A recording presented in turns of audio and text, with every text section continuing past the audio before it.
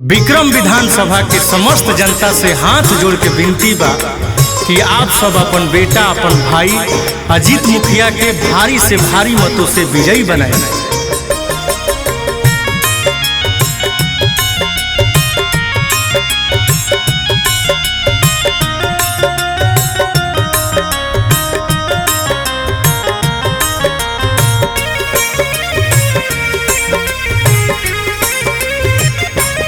अजीत मुखिया भैया जनता के जान हमें सबके अभिमान हमें हो।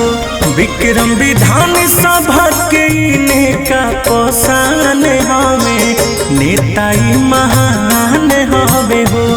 अजीत मुखिया भैया जनता के जान हमें सबके अभिमान हमें हो। अजीत मुखिया जी के नहीं खे जाना।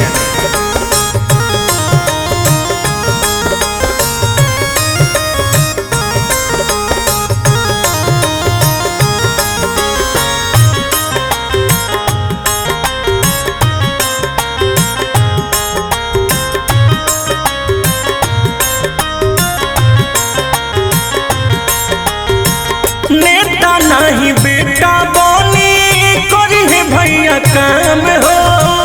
नेक इंसान हमें जाने सब नाम हो। भैया तो महान बड़े।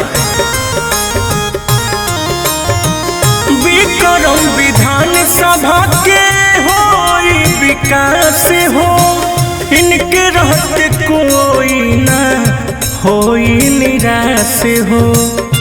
विरोधी टिकी नहीं युवा की कहना हमें नेताई महान हमें हो। विक्रम विधानसभा के नेका पसान हमें नेताई महान हमें हो। अजीत मुखिया भैया जनता के जान हमें सबके अभिमान हमें हो।